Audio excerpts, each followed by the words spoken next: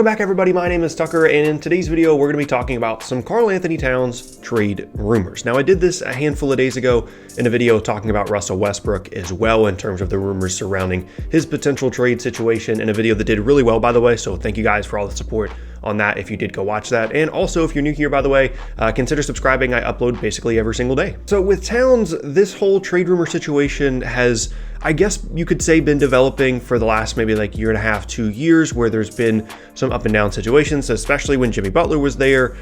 There's been some issues at times in Minnesota in terms of Towns being happy because the team just hasn't been very good. It's never escalated to the point where he wants to leave, but especially, towards the tail end of some of the Jimmy Butler stuff, things got pretty rough there. And now it seems like there are people around the league that believe it's continuing to get even worse. But the start of all this trade rumor stuff really was about a week ago, and there was a report that came out that was basically a joke that said, or it was considered to be a joke by a lot of people when it was seen on Twitter and things like that, that said that the Knicks were, quote, monitoring the Karl-Anthony Towns situation. And that was like, it was only the Knicks that were mentioned, and this was just like a one-off report thing, I believe, from The Athletic. And people were like, okay, I mean, yeah, of course, every team I'm sure is monitoring it. Like the Knicks aren't really relevant in this. I'm not really sure why this was even being reported, right?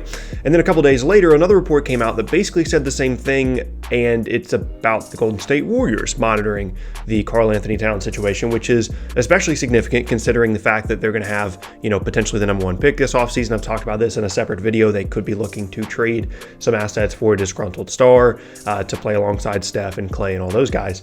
And suddenly it started to get a little bit more credence to it. And as you look into things a little bit further, there's another Athletic article that came out as well that talks about how there were executives around the league at the G League Showcase in Las Vegas recently that have been talking and basically saying that there's a handful of them that believe that Towns is legitimately unhappy in Minnesota, whether it's a front office situation, a coaching staff situation, just tired of losing, doesn't think he has enough pieces around him, whatever it is. This is a team that's definitely struggling, and it's a similar situation to a handful of teams around the league where in the beginning of the year things were looking up. There were a couple of articles coming out about how they're excited and they've got Ryan Saunders obviously as their coach, and Andrew Wiggins was playing better, and things were going well, and now they're losing basically every single game that they play. And it wouldn't be surprising at all if Towns was unhappy. Now, to be clear, at this point, these are just rumors, right? They're exactly what it says in the title of the video. They're just trade rumors, and there's a reason why I'm not just going into a full-blown trade machine video and instead talking about Towns in this video, because just having these kinds of reports come out where it says that teams are monitoring the situation doesn't necessarily make me believe that Towns is going to ask for a trade tomorrow or anything. Not that players ever publicly ask for a trade for the most part, but I'm not taking it that seriously, but it is worth, monitoring, I guess. Because let's think about some reasons why Towns might want to leave. I mean, obviously location. I'm sure that when he came to the NBA, Minnesota was not at the top of the list of places that he would have liked to play initially. And, he's developed a bit of a relationship with the franchise over the past handful of years. He signed an extension, but that doesn't necessarily mean that he has any kind of loyalty to them. And in this day and age of the NBA, players ask to be traded all the time. And then there's the supporting cast isn't great. I mean, Robert Covington and Andrew Wiggins and Josh Okogie, Jarrett Culver is still kind of up and down in his rookie year. Ryan Saunders appears to have done some good things in his first year as coach, but beyond that, there doesn't appear to be a lot of positives going for Towns in Minnesota, at least as it relates to, potentially being one of the better teams in the West. And there's been kind of stages of this, right, where it seemed like maybe this team was going to do that, because before the Jimmy Butler trade, they had LaVine, they had Towns, they had Wiggins. It looked like maybe this was an up-and-coming team, and then they couldn't figure it out with that group, and then they traded away LaVine, and then they got Jimmy Butler, and ended up making the playoffs, and actually were one of the better teams in the West before Butler got hurt. And then that situation completely hit the fan, and then they had to trade him away. And so it's been this kind of up and down roller coaster ride for Towns to this point. And maybe he's sitting there thinking like, I'm tired of this. I want to go to a franchise that's more stable, that has a more consistent pattern of success without Kevin Garnett on the roster. And I want to be a part of a team that actually competes on a yearly basis. So those are all the reasons that, I could see tomorrow an article coming out about how Karl-Anthony Towns is unhappy. Not necessarily that he wants to be traded, but that he's unhappy. Now, why am I not just going into a full-blown trade machine video on this stuff? Well, this would be completely without precedent for a player that is in the first year of a newly signed rookie extension that runs through 2023-24 with no player options. For a player that is in the first year of a contract like that, to then go ahead and say, nah, I want to be traded. And I don't see that happening. Maybe a couple years down the road, or unless something completely catastrophic happens within the Timberwolves organization that we're just not aware of at this point. I don't see a situation in which Towns, all of a sudden doesn't want to be there anymore. And I understand that just because he signed the contract and there's all this guaranteed money in front of him doesn't necessarily mean that he's signing on for all 5 years, right? Like players asked to be traded all the time. But this just doesn't happen. Like, yeah, players might request to be traded, with 2 years left on their contract like Anthony Davis did.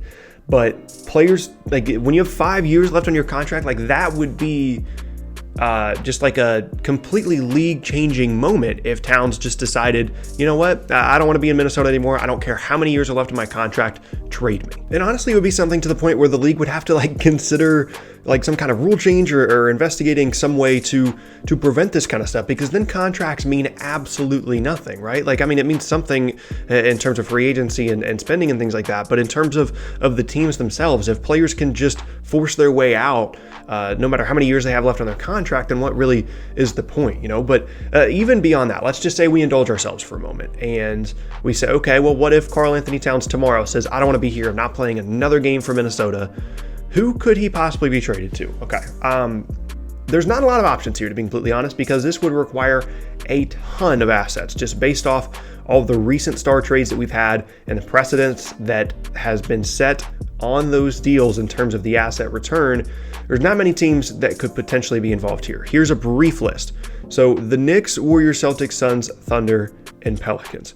For the Knicks, they'd have to give up pretty much everything they have, and that doesn't really help them because then they'd be sitting there stuck with, not much going forward for them unless they want to try and sign someone in free agency. And I'm not sure that Karl-Anthony Towns, unless it's D'Angelo Russell, is really going to attract a big free agent name. I'm sure they could keep some of their pieces, like they have the future Dallas picks.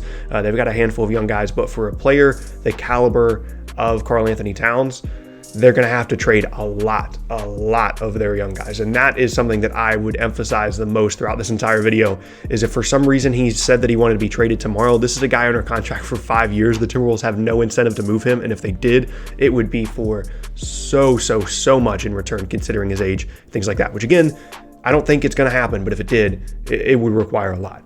In terms of the Warriors, they are in play at least here because they, are going to have potentially the number 1 overall pick this offseason, and they've got D'Lo. But the weird thing about that is, if the Warriors were going to trade for a star, we all just kind of assumed it was going to be D'Lo in the pick. But if Towns is going to Golden State, wouldn't it be kind of pissed if they traded one of his better friends in the league in D'Lo to Minnesota in exchange for him? You know what I mean? That doesn't really make any sense for them, at least. The Celtics are probably just fine with where they are. They're one of the better teams in the East, and they'd have to give up one of Brown or Tatum to get Cat. And Cat is an incredible player, but I don't know that they're going to be all that interested in trying to make that kind of move right this second. Then you've got the Suns, who would have to give up DeAndre Ayton in any deal just because, surprisingly, they don't really have a ton of other young assets because they want to keep Devin Booker and combine him and Karl-Anthony Towns. So it'd have to be Ayton and some picks and some salary filler and Mikal Bridges. And again, basically everything they have outside of Devin Booker. For the Thunder, they certainly have the assets in terms of the picks. They have big expirings.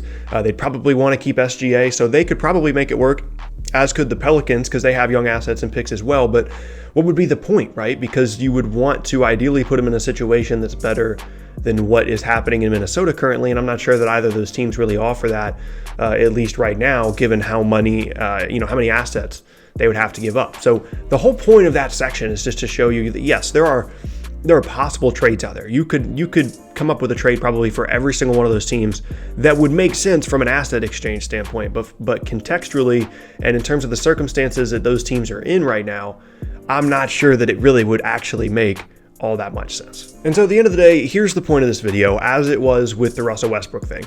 As much as I want trades to be happening and trade rumors are a good thing, we do kind of have to temper our expectations a little bit with this Karl-Anthony Towns thing right now. I think that the possibility that he's upset Minnesota is 100% real, right? And I wouldn't be surprised at all if he's thinking, man, I really don't want to play here anymore.